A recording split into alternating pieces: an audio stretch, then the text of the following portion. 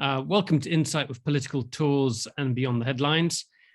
Angela Merkel is still Germany's Chancellor, but only for a few more months. As she steps down and her party moves out of office after a major defeat at the polls, we want to look at her legacy. On the face of it, Germany is still the most prosperous nation in Europe, and Germany the most powerful voice within the EU. But as a nation and society, it's undergone profound changes during Angela Merkel's time in office, and we're here to look at that and what comes next. We're joined by Derek Scally. Derek is the Irish Times Germany correspondent based in Berlin and joined us on our 2019 tour of Berlin. Hello and welcome, Derek. Good evening to you, Nicholas, and good evening to everyone tuning in from all over. Great. Well, it's great to have you with us. I fondly remember our tour with you at the end of 2019, pre-COVID times. Another area is actually the second to last tour we did, actually. So it was fun a long memory. time ago. Yes, seems like a world away. Yeah, indeed, almost 2 years. 16 years ago is when Angela Merkel came to office. It was a time when Tony Blair, Nicolas Sarkozy, George Bush were all in power, and of course, needless to say, perhaps Vladimir Putin. Can you give us a flavour of what Germany was like then? It's perhaps an odd question. Its preoccupations, the kind of things, and from taking that as a basis point, I want to then go forward to see how much things have changed. Yes, I mean, to be perfectly honest, Germany, when Merkel took over, was effectively a basket case. From a perspective as a journalist, most media organizations were actually closing their operations because you must remember the Berlin Republic, as it was sort of announced in 2000. All the people moved from Bonn to Berlin. Berlin was back. Everyone kind of gave it a year or two. Come on, Berlin, show us what you got. And the economy just plunged, and Gerhard Schröder was the chancellor at the time, social democrat, center left, and unemployment rocketed, the economy tanked, and he had literally just introduced economic reforms, but his own party abandoned him. So he called a snap election, almost got back in, literally was 1 point behind Angela Merkel in the polls on election night, but she got in, and just as she got in, several things started to happen. The economic and social reforms started to kick in, the German World Cup happened, and slowly but surely the economy started to recover, and what we sort of the investment in this new Berlin Republic after unification, 10 years on, 15 years on, it started to kick in. So she really benefited from social and economic reforms of her predecessor, which were far more center right than any social democrat really in the right mind should do. He paid for that. She's benefited from that. So she really got a huge somebody else did a lot of the heavy lifting, and she benefited from that. But she's managed to succeed and keep that prosperity going. Germany has just gone through its longest, it's an unprecedented run. I mean, the two crises, the banking economic crisis, the euro crisis, and the pandemic, they've both been serious, but compared to other countries, blips. So she really has insulated the country. She has, the surplus has been balanced budgets, and the national debt was reduced pre-COVID to about 60% of GDP. So, she inherited a lot, but she built on that. And Germany now is really, it's incomparable. Getting back to myself, I mean, Germany was the dispensable, sort of, somebody said to me, would the last person leaving Germany just switch off the lights? I mean, literally, it's hard to remember. In 2005, 2006, people were saying Germany is just disappointment. Germany is not really, hasn't lived up to its promise. The Economist ran headline saying the basket case of Europe, and it was provocative, headlines, but that was the indication. But I think we take for, as you sort of indicate, we take for granted Germany's economic prosperity and leadership. I want to put that to aside for one moment. The thing that I was really struck by, and this was when we were sort of traveling with you, is the enormous social change that has taken place within Germany, and surprisingly from a conservative leader, from a party that's more comfortable further to the right, and really assuming quite sort of centrist positions. So I want to take us through some of those changes. I mean, I think significantly, obviously, we're going to talk about the refugee crisis and what happened in 2015, because that's an enormous, huge event, obviously. But then things that perhaps people are not so familiar with Germany, abandoning nuclear power, social issues, things like gay marriage, also differing attitudes to Islam. And maybe that's a good point to start with, and going back to the issue of migration and Gastarbeiters and Germany's, well, really its position in terms of the outsider, the sense of being German, what being German meant.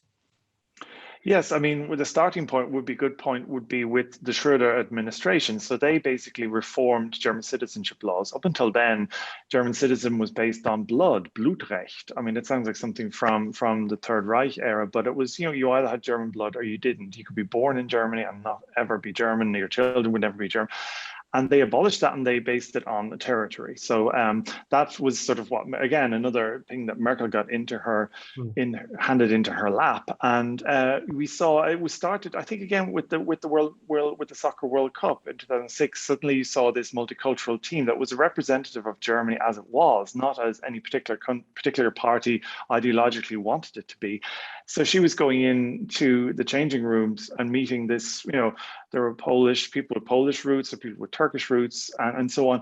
And they were just working together. So often football and soccer in particular has that symbolic effect. So suddenly the CDU had to start rethinking how it was. CDU, Angela Merkel's party, centre-right, for decades, they had basically denied the reality in front of their noses, which was Germany is a multicultural country. Germany is a country of integration. It's almost laughable in hindsight that they were literally refusing to see the people in front of their eyes.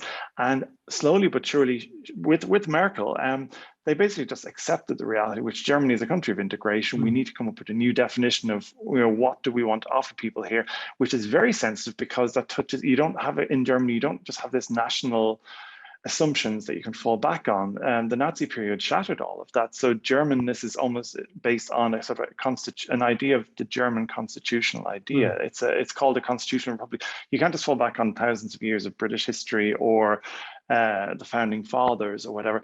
So Germany is still struggling to, if somebody comes here from outside, what do we give them? How do we say to them, this is what you need to do to be part of us? And that's a debate that's still ongoing. It's torturous, an absolute torturous debate, because if Germans and German politicians say we want these foreigners to integrate or children born here to integrate, you say, well, what do we want to integrate them into? And that's where it opens up a whole new can of worms. But it's certainly more relaxed country than it used to be. Initial premise. To get into the initial premise, which goes back to Gerhard Schröder's time and well before it, it's the idea that the Gastarbeiter, was it up to how many million Turkish migrants were there as Gastarbeiters working? Oh, I wrote about it last week, but the numbers escaped me again. But it's going back 60 years. I think we're talking today. I know we're talking about I think 3.5 to 4 million people in the country are that. But it's 60. It's taken them literally last week 60 years for the president to stand up and say, A, you are here. B, you are still here, because Gastarbeiter is guest worker. Yeah. So there was this assumption that they would leave again. But, and this is what's significant about last week, he said, you made a huge contribution to the post-war German economic recovery. Without you, there wouldn't have been Bosch and Siemens and AEG and all these companies taking over the world. And in the good way, but until last week, they were not given that respect and dignity. So I think the fact that the head of state is now saying this shows you emotionally where Germany is compared to in the past. And also statements from Angela Merkel saying that to be a Muslim is German. Yes, I mean, she was asked about this in Switzerland a few years ago. Are you worried about Switzerland is a very robust discussion on Islam and minarets are banned and so on. But she was asked in Switzerland on a trip, are you worried about the rise of Islam in Germany? And she said, to be perfectly honest, I'm more worried about Christians who don't know the meaning of Pentecost than an Muslim who's well-versed in his own religion. So she's absolutely no problem. But all again, the roof on all of this has to be German constitutional democracy. So when a far-right party like the Alternative for Deutschland, which I'm sure we'll talk about, when they come along and start questioning this common roof, common constitutional order and democratic order roof, those people are outside the order, and Muslims living in Germany are not. But again. And she, in a way, she's a surprising figure to embrace this. I mean, I'm deliberately starting with these topics because they take Germany in a direction that many people were uncomfortable with. And we're going to talk, as you say, about the alternative for Germany, alternative for Deutschland in a second, because there's a sort of a backlash to all of this. I think gay marriage is perhaps a good example of this. It got through the German parliament. It was something that she perhaps encouraged, but she didn't vote for it. No, this is the irony. She travels the world and gets credit for things that she didn't prevent and she didn't encourage either. I mean, I come from Ireland, and we had a long and robust discussion, and then there was a constitutional referendum to actually put it into the constitution to allow or to remove any sort of gender references to marriage. And Germany just came along as a bit of an afterthought. For years, she said, no, I'm not really into that. Then she allowed it, but because she'd already tested, she'd really pushed her conservatives in her centre-right CDU party to the limit on things like nuclear power, on things like getting rid of conscription. She said, if I vote for it, I will literally have ruined my conservative base. If I don't vote for it, all those new centrist voters, which she had brought into her party, which was the secret of her political success, then I've alienated them. So she allowed it to happen just overnight, effectively. And yeah, she had a free vote, a conscience vote, and she personally actually voted against it. And personally, I think I've asked several people about this, and they all say, no, she was voting with her conscience. I think she's a far more modern woman than that. I think she just knew strategically, it was a name vote, so you could see who had voted for what. And she knew if she did that, she would be seriously singed on the conservative side.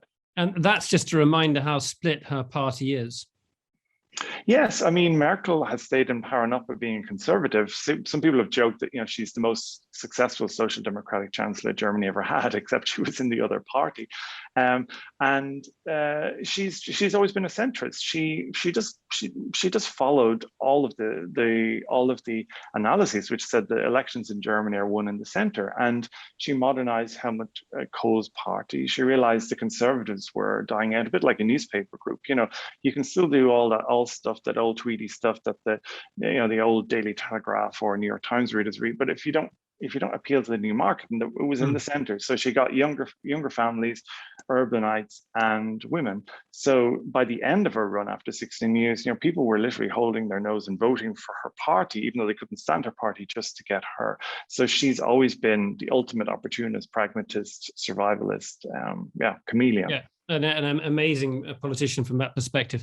Let's take us back to 2015, because this is the watershed moment. And really, I guess it's people will look back at her legacy and see that possibly as the most important event, but also it's got consequences politically for her own party as well. What happened with the migration crisis, and how did she respond to it? What happened was, obviously the world happened, and what happened was the world came crashing in on Germany. Until 2015, 2016, the EU had the so-called Dublin Rule, named after my hometown.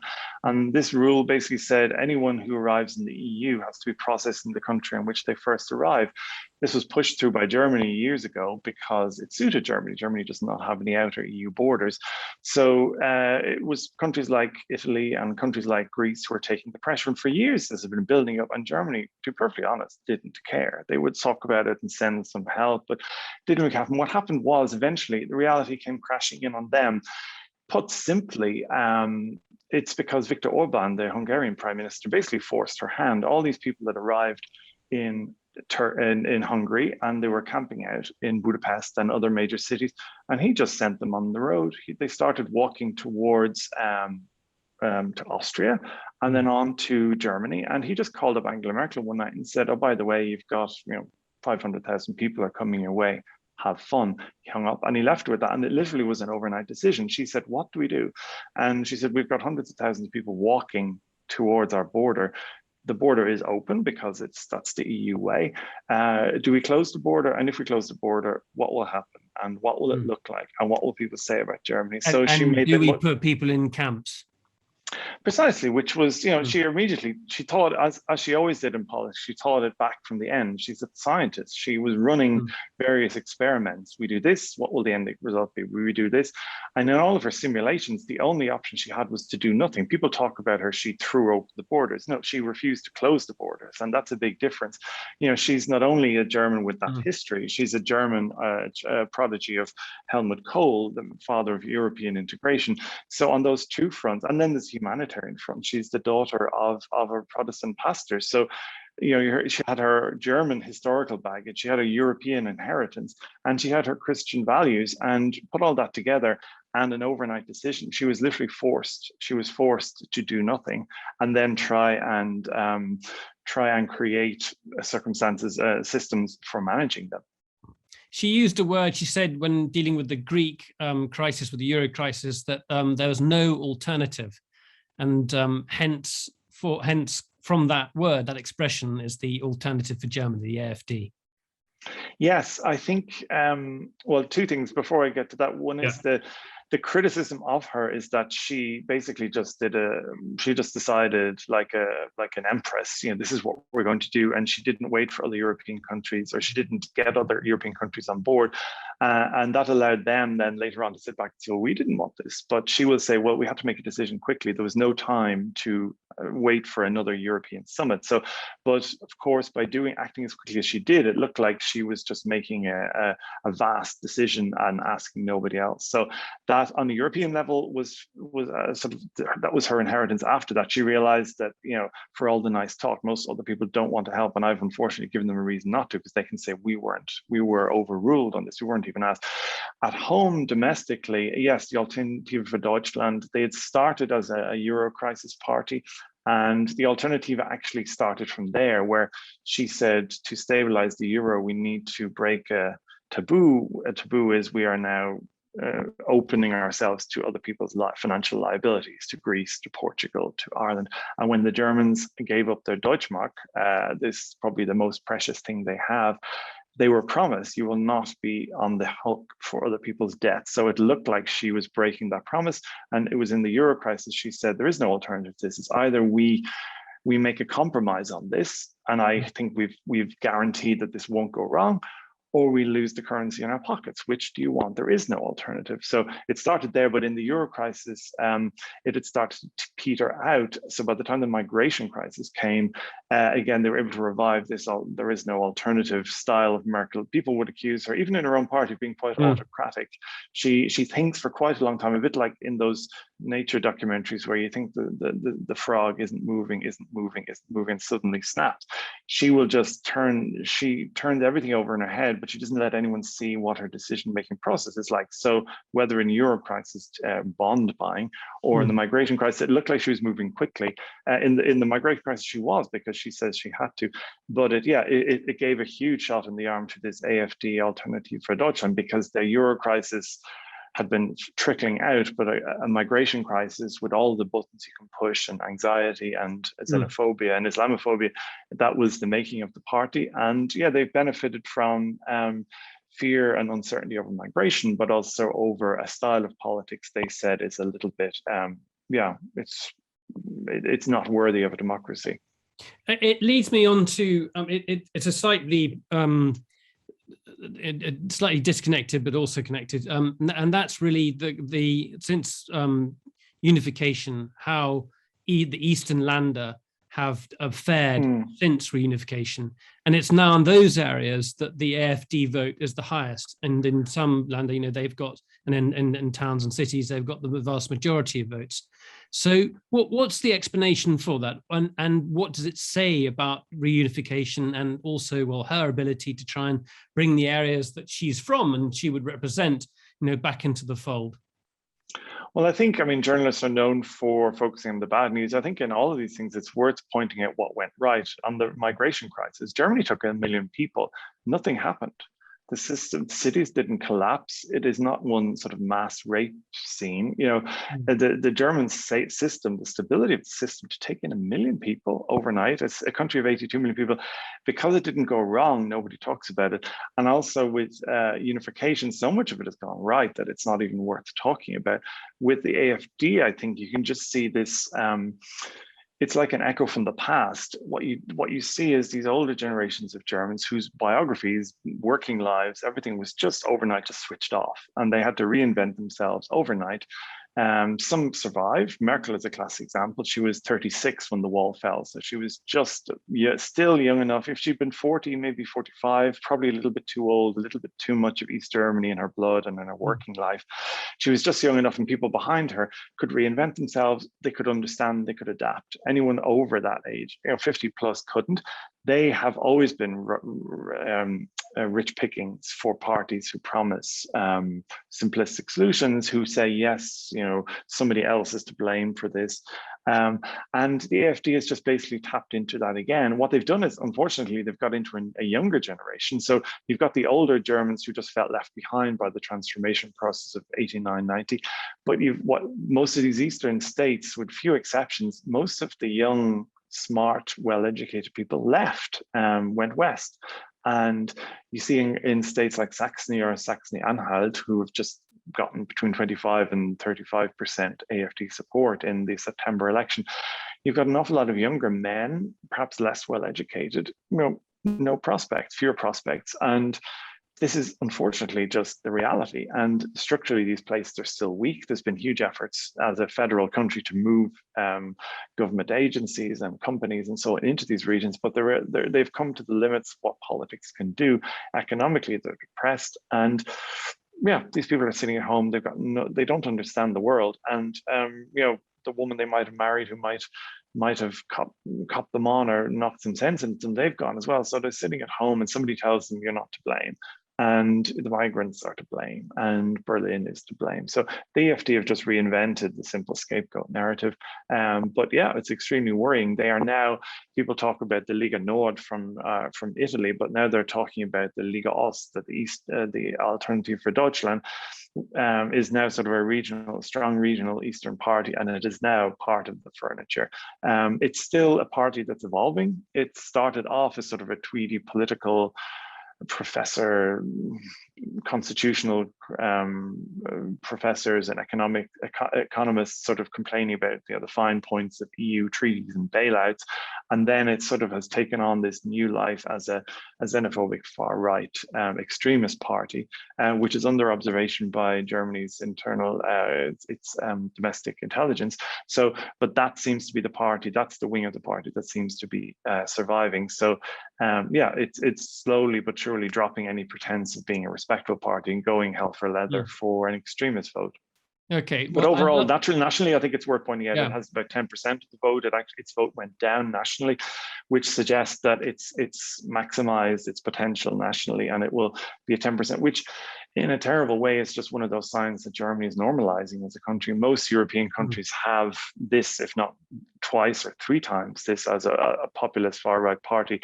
So Germany has 10. It certainly has potential for more, as we see in the East. But in the European mainstream, Germany is sort of at the lower end. Right. If you were to look at her, all political leaders, and their time in office, they tend to sort of fizzle out and their parties lose popularity, and that's clearly the situation here. But the key accusation made by her party is that she really ballsed up on choosing a successor.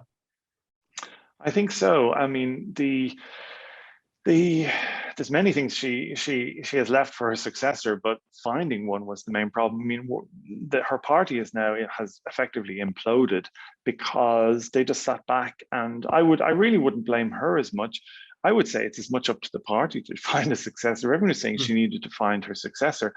I've always said, well, she said in 2018 that until then she was Chancellor plus party chairman. And then in 2018, she said, I am standing down as party leader. I will stay on as Chancellor. From 2018 until January of this year, the party first found one person, didn't work out. then went and found the Kramp-Karrenbauer, second person. yeah. So Annegret Kramp-Karrenbauer was head of the Kramp-Karrenbauer, party. exactly. My laptop keyboard heaved a sigh of relief when she stepped down after less than a year. I wasn't looking forward to typing that woman's name for 4 years. So she stood down, and Armin Laschet came in, and he is the state premier of North Rhine-Westphalia in the west of Germany. The largest, 1 in 5 Germans live there. And both complained of the same thing, which was they had really nowhere to go. They'd no wriggle room, because obviously if you're running for election, you want to promise that everything would be better, shinier, newer. But if you still have Angela Merkel very popular in your back and throwing a shadow, you really can't criticize her either. And so they were damned if they do. You can't create any distance. Yeah. You can't create any momentum. Like, they literally had no campaign story. Now, I would say that's partly Angela Merkel's fault. Usually they say you shouldn't really separate out the party chairman and the chancellor, because you're weakening yourself politically. You're opening up the space for tensions and so on, either within the party or within government. She chose to do it, said it could work out, and her party didn't push back. Her party has just become so lethargic and so fat and lazy. Because they really don't have a policy. People would say Angela Merkel hollowed them out. I would say they sat back, quite happy to let her pull their political machine along, and they didn't realize that things were falling off the cart as they went. So by 2017, the last election, they were literally just running her, just sending her out, and her campaign slogan was "You know me," which anyone who knows how private Merkel is, that's a joke, but she created this aura and people were just voting for her.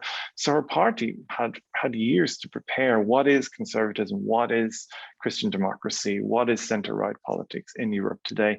They declined to do so, and they have ruined themselves in the process. And Merkel contributed to that by not disappearing perhaps when she could have.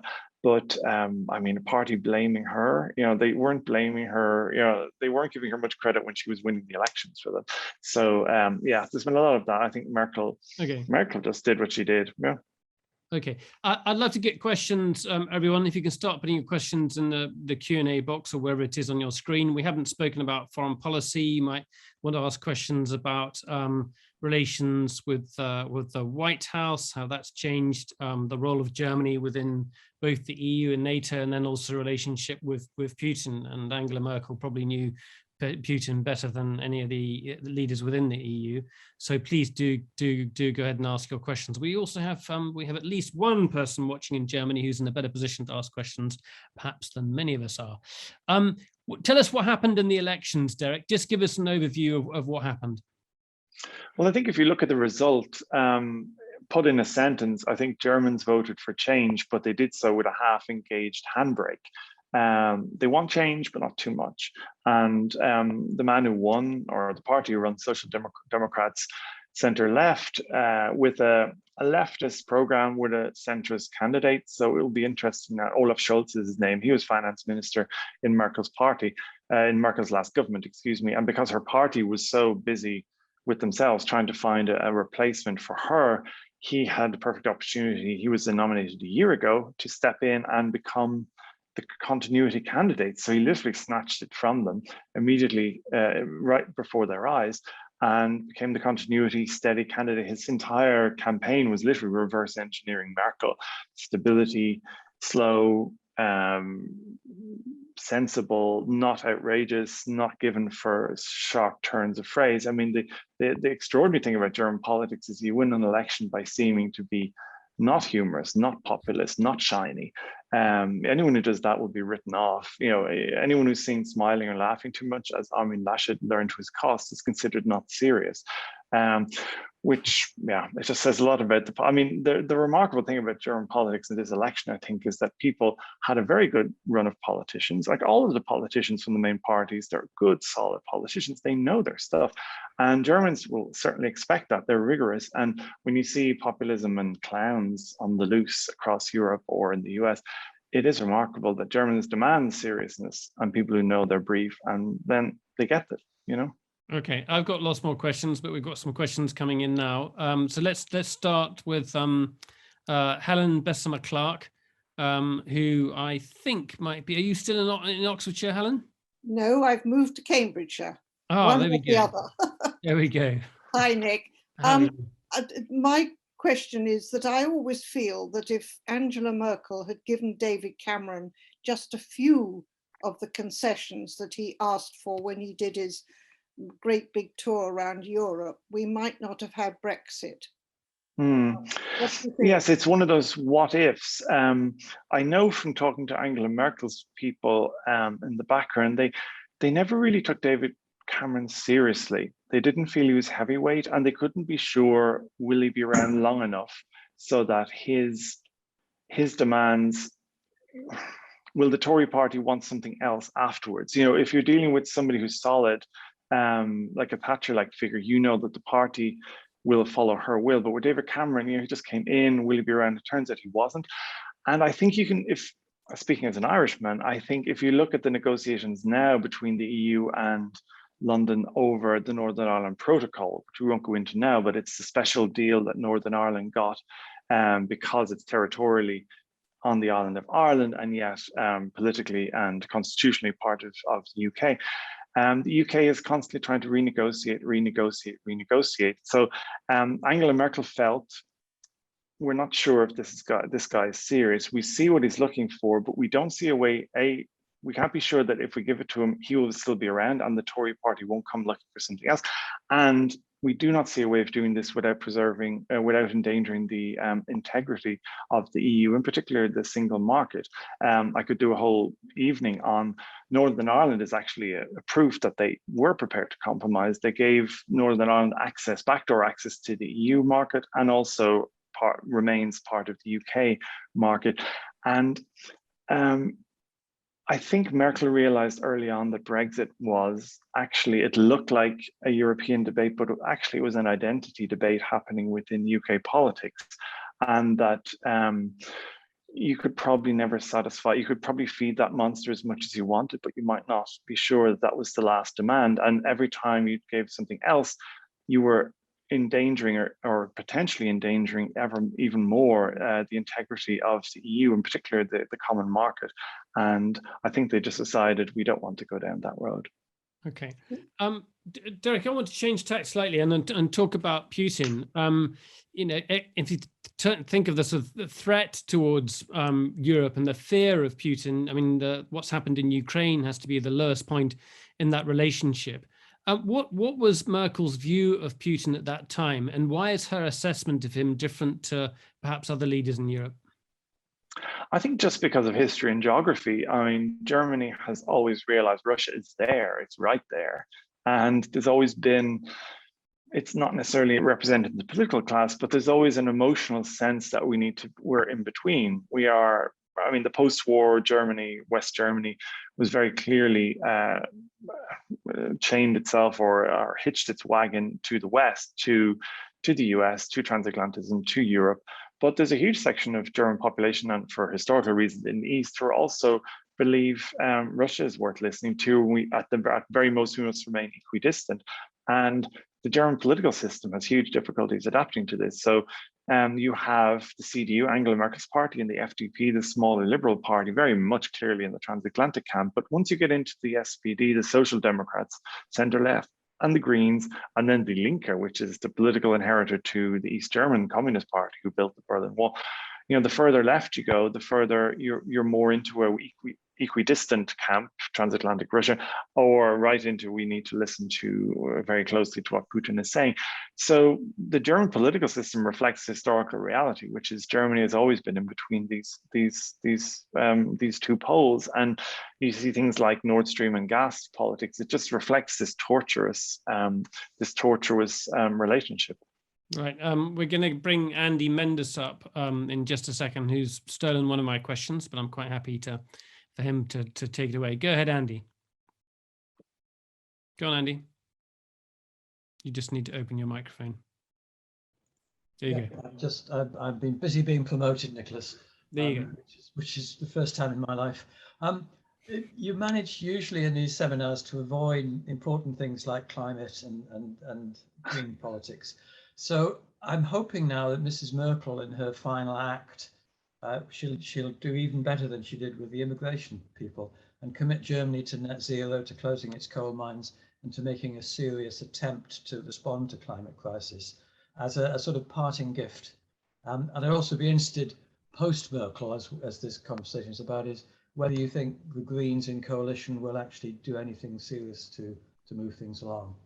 Derek, do explain Merkel's sort of tact on this, and particularly, I mean, she basically got rid of nuclear power in Germany, yet chose to, obviously, as a consequence of that, to keep coal mines. Yes, it's torturous. Well, on nuclear power, very briefly, what happened is the previous government got rid of nuclear power. She got into power. She reinstated nuclear power. She said, we're not getting rid of nuclear power. Fukushima happened, and then she decided, oh no, we are getting rid of nuclear power. So she changed her mind twice. Again, a bit like the migration crisis, there was no consultation. She just decided Germany is getting rid of nuclear power. And what's more, it's actually going to phase out its nuclear plants even quicker than the previous agreement. So on nuclear power, she's kind of gone every way possible.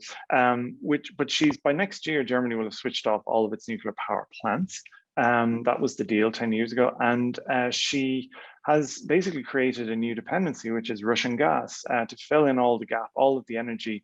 Germany still, its energy mix, it's like depending on how you measure, between 25 and 33% renewables, but there's still about 20 to 25% coming from coal, from not just black coal, but also lignite, the filthiest coal known to man. So she was asked at her final press conference, you know, are you disappointed on your climate balance? And she in a very rare moment, she actually said, yeah, more could have been done. As a scientist, I know what needs to be done. And perhaps I didn't push as much. And she was always torn because she was, part of the CDU, it's centre right. It's very much the lobby, the energy companies, the car companies. And I would say personally, she really didn't push back enough against them. And instead of saying, you know, we need to use your engineering genius to create the new engines, the new clean power plants and so on. Instead, she just let them continue what they were doing. What I would say they've now lost 5 to 10 years of industrial innovation because they could just lean back and just continue the same old thing, a bit like the CDU on energy. So she's gone now. We actually are already in the post-Merkel era. So she's done what she could.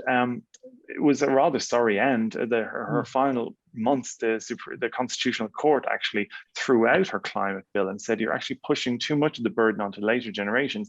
And they literally created a new constitutional category for social justice, which is for future generations. They said future generations are being screwed by your bill and redo it. So they had to rewrite that.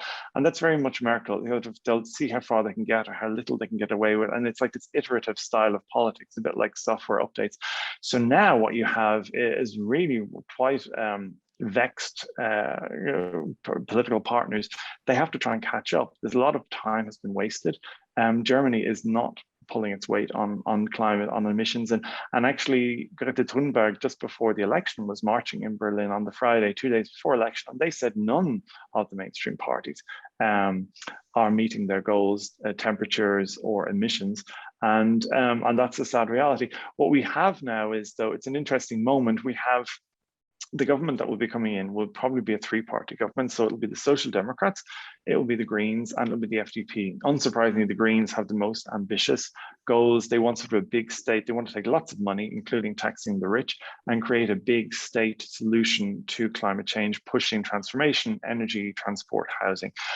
The Social Democrats are saying, yeah, that's fine, but we need to make this, we need to think about people. We can't endanger jobs. Germany is still an industrial country. So they're saying a slightly lesser version of the Greens. They're saying, let's do this, but let's make it socially cohesive and socially. And then the third party who will put brakes on that again is the Liberal Free Democrats. They're pro-business.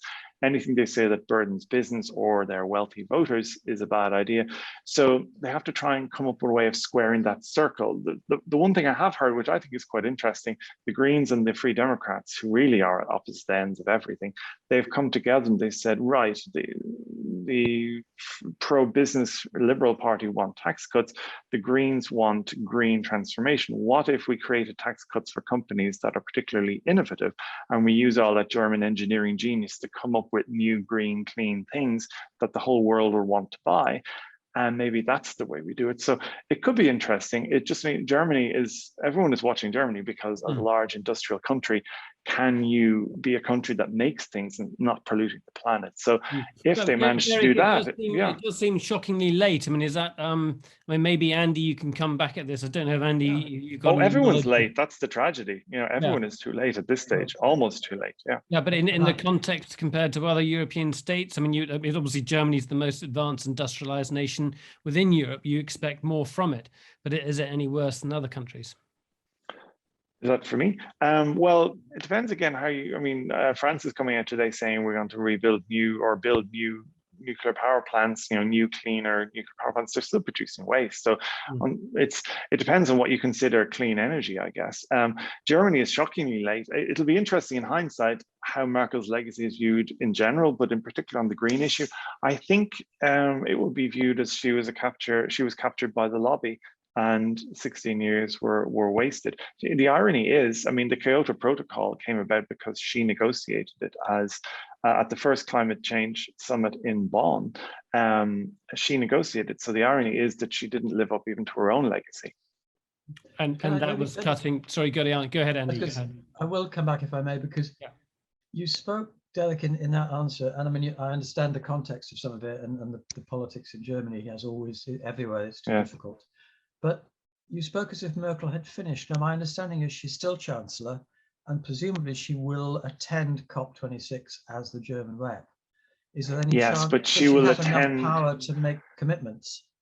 No, she's a caretaker, and so this is unfortunately a lost opportunity. She will say nice things and she will urge everyone to do more, but everyone in the room will be sitting back and saying, yeah, well, you had 16 years. So no, unless they have a government in place, it could be a quick turnaround. But I mean, anyone who's new in that job will, again, even if she stands down and the new government is in place by the time COP comes along, no, I really, unfortunately, I think this will be a missed opportunity. The largest European industrial country is effectively sitting this one out. I want to get a German, I think possibly who's living in Austria, to give his views as well, because it's good to have another voice in there. So let's bring Georg Blaha up if we can, Georg. I'm picking on you, I'm sorry.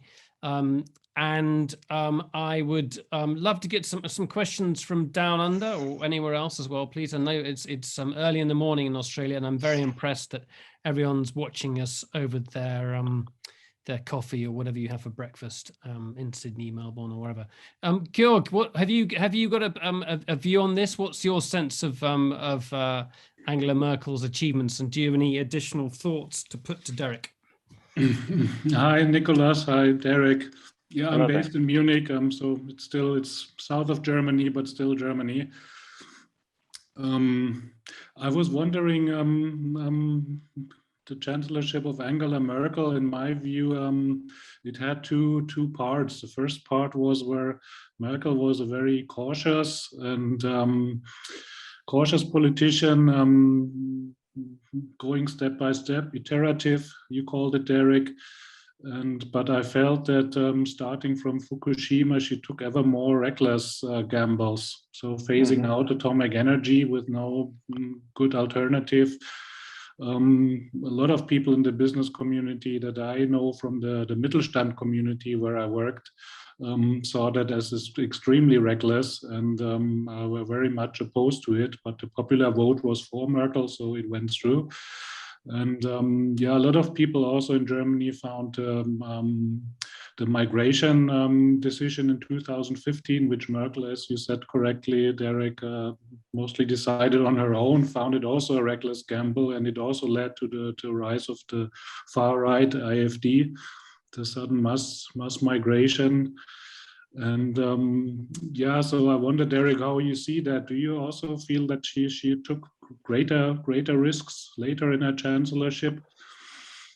And the same thing. Sorry, with Brexit, I agree with Helen. I'm also we discussed this also in our Mittelstand community. We thought Brexit is a disaster, but we had the same idea that Merkel should have given Cameron a little bit more. And so I feel in the second half, she got more reckless, and time will only tell if everything all in all has been good. Lots in there, lots I think I could agree with. I think even if you disagree, or if you think she made right decisions, I mean, this is the nature of the decision. She was making these vast decisions on migration, on energy policy, with knock-on effects for everyone. To make those decisions overnight, that's sort of almost like an absolute monarch. I mean, there was no, what you see a pattern increasingly, and also later on, even during the pandemic, a huge amount of protest because people felt decisions were being made and they were coming out of a black box, and they couldn't see how the decision was made. They couldn't see the workings to that decision. They couldn't see a political parliamentary debate because there was none. And Parliament, if it was asked to vote on it, it was asked to vote after the fact.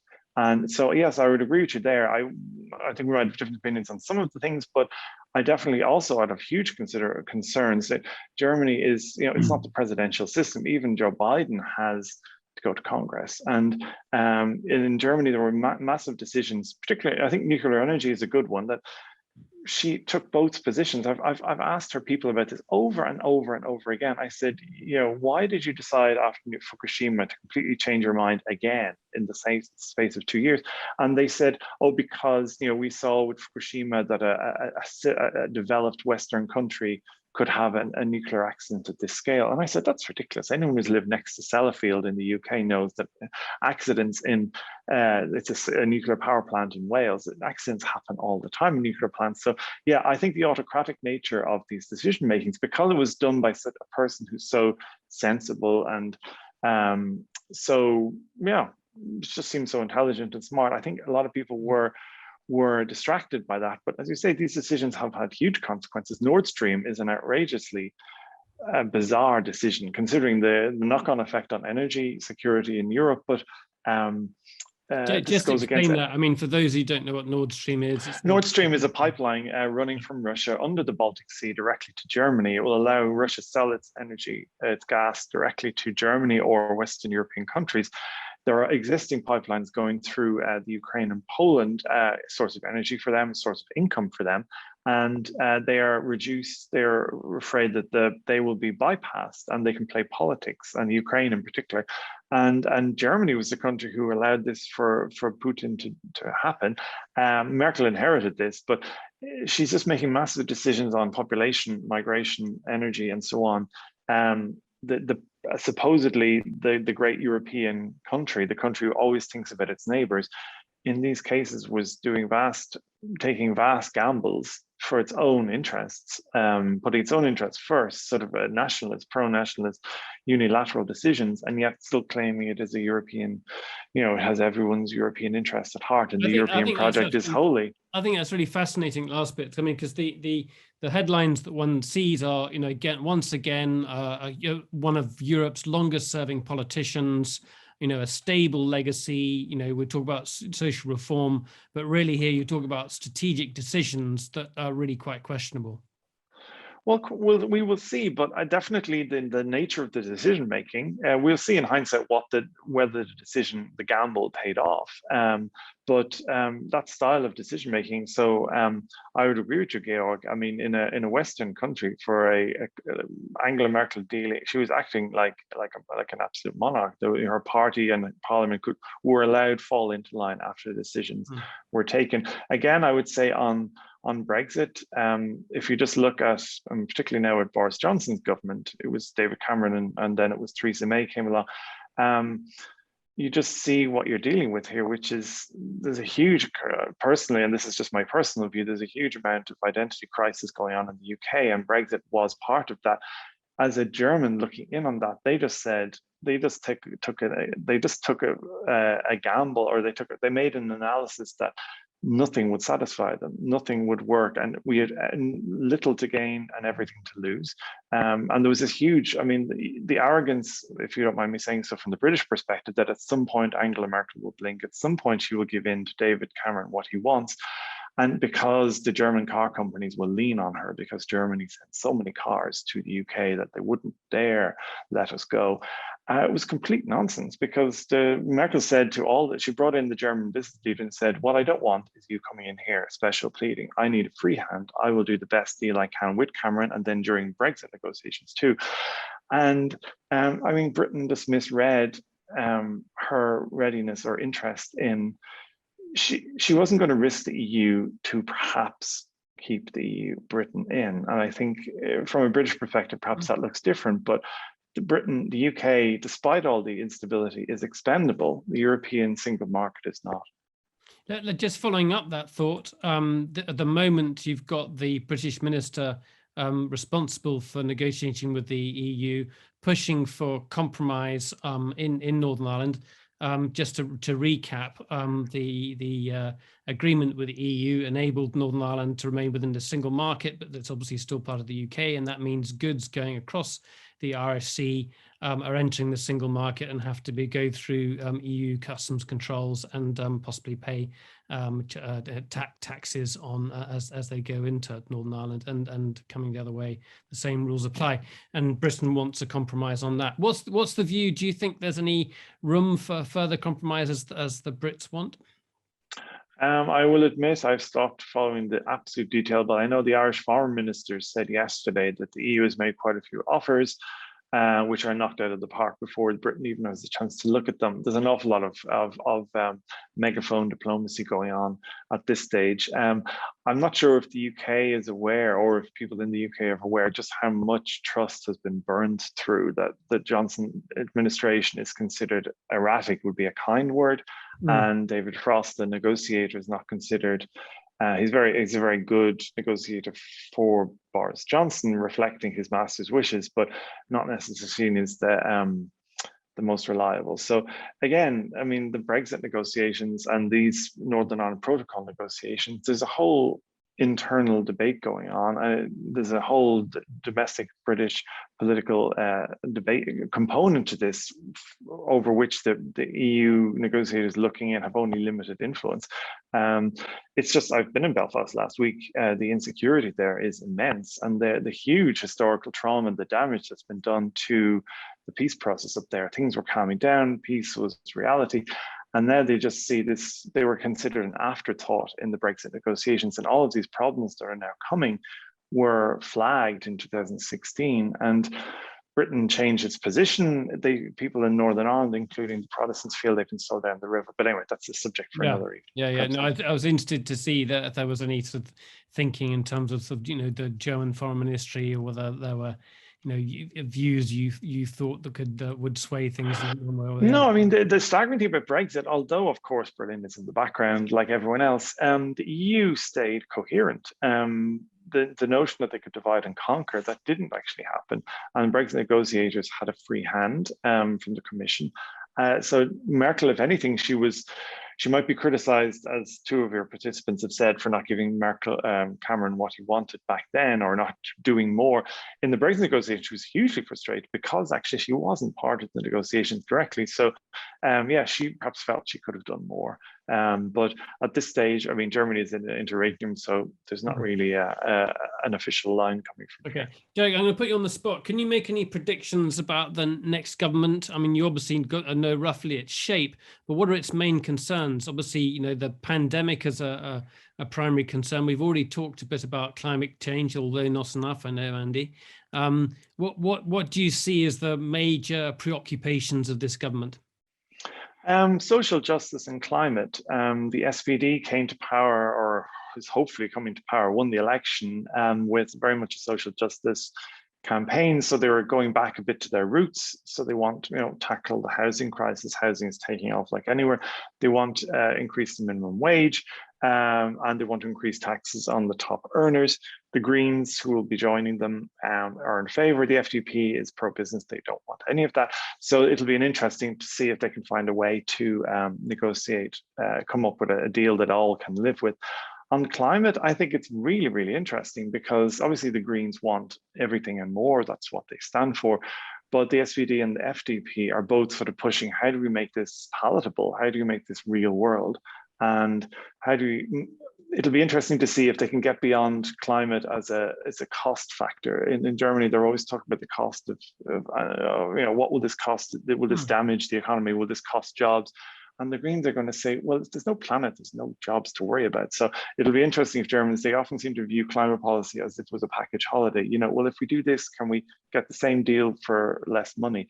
And so there's a younger generation here, quite radical in Social Democrats and in the Greens, who are really pushing for a lot more on that. So climate, social justice, I think, everything else, EU, Russia, the US, NATO, I mean, that's all really taken a backseat. Germany is very much looking inward. And perhaps that's a good thing. That last point, yeah, because we're in an environment where the US is seemingly more unilateral, more focused on China, and there's a question about EU direction and EU leadership. And it's apparent from what you're saying that Germany's not going to provide it. No, I don't think so. Right. Okay. Short answer to that one there. No, it's what's interesting about our debate even this evening is in 2005 we wouldn't have been having these debates. This notion of Merkel should have done more for here, or she's gone. We've all also become, in an extended sense, we've also become dependent on this woman, as if this woman is, like Catherine the Great. She isn't. She's a leader of a party. People don't vote for chancellors, they vote for parties. And the whole of Europe has now realigned itself around Germany, which is extraordinary because this is not how it was in 2005. So from 2005 to 21, we have this historical realignment, and obviously with Britain leaving very tragically, the balance of power has shifted, and so it is actually, we have been through historical transformation. Obviously the shocks have catalyzed that, but Germany is now under scrutiny, and the expectation that Germany will provide leadership on climate or other things, or on the EU, in a way that would have been unthinkable in 2005. And if you don't mind me saying so, it's one of the few countries that doesn't relish being at the center of attention. People often think Germany wants to march off and dominate, but people here are paranoid about being at the center of attention. They don't really have that leadership, born to lead idea that you see in France or in the UK, where you have entire schools turning out elite leaders. Germany doesn't do leaders. So it's always about negotiation, it's always about compromise, and the center of attention is not always where Germany wants to be. Okay, Simon Jackson, I've got a question. Is it Annie McMahon? Who's no there? It's absolutely the original and best. I hope you're well, Simon. Thank you. Just out of hospital for my sins. What opportunity does the passing of Merkel present for Macron and French? I think tremendous opportunities if he can get back in. He's got a very short, he had his big presentation, what the French economy needs to look like and so on, which is great. But, when does he go on the campaign trail? Because once, I see a very long period now where nothing will be happening in Europe. So, post-Merkel, pre-Macron, until he can get re-elected, I don't really see the talk of a sort of French-led Europe is a little previous, and particularly if he loses the election to Marine Le Pen. Does anyone want that type of French leadership? No, I think the greatest hope, and I hope if this German government can get in, this government, which seems to come in led by the SPD, led by Olaf Scholz, he's very close to Macron on a lot of things, in particular creating the post-pandemic Europe, where they, for the first time, they created this emergency fund, so the European Union can raise debt on the market and use that to finance a pandemic emergency fund for EU members. That's very much Macron's thinking, and Merkel came on board at the last minute, but insisted this was a one-off. Scholz, being centre-left, is really been campaigning for, no, I think we need to look at creating a budget for the EU on certain things, bringing taxes in. So Berlin with Scholz would be far more on the same frequency with Macron. So I think if with a bit of luck, so Scholz gets in, Macron gets re-elected, actually the planets are in a nice alignment for what Europe always needed to be, which was Franco-German. If France and Germany can agree, most of the European countries can align themselves, find their way, find themselves in that policy. So that would be the best of all worlds. Not a Merkel-led Europe or a Macron-led Europe, but a Franco-German Europe. Derek, that's fascinating on that last thing, because what you're really talking about are sort of powers that the EU has, well, some sort of federalists have wanted for a long time, been able to raise debt, and then being more interventionist on the social side. And those are sort of things that Merkel says only one off, but other people are going to be very happy with a more centralized Europe potentially. Potentially. I mean, Scholz is very much in the Merkel vein. I mean, he knows that there's only so much he can sell in Germany. There's a debate, for instance, should there be a European unemployment insurance? But as soon as he mentioned that, or there's a big debate, the banking union, this whole reform of European banks after the crisis, should there be common deposit insurance? So should theoretically a German saver be on the hook for a Greek bank goes bankrupt, and the savers there, do they get money back? So there's limits on what he can sell, and he'll probably find that Scholz is far less ambitious than his party would like to be. He's much more of a realist. He knows what can be sold.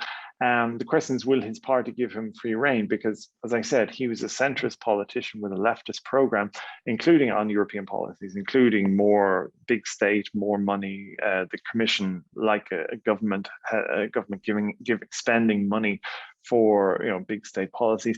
You'll probably be disappointed, but definitely more willing to move, I think, on the big existential questions Europe is facing, more willing to move than Merkel has been in the last few years. Merkel has been shoved along, and she will eventually, like everything else, on the pandemic financing using European debt. She eventually agreed to it, but it took so long. Sometimes, like with the banking crisis, by the time they agreed, the fact that Germany allowed it to happen, the good had gone out of it, and the damage had been, so much damage had been done. It would be nice if Germany agreed to things when they were actually needed and not when it was literally 5 minutes before midnight. On this subject, thank you very much indeed. That was a really good overview there. I think we saw all the plus sides, the sides perhaps we know more about in terms of Angela Merkel, but also some of the big decisions she's taken. That's been a great analysis, Derek. Thank you very much. Thank you.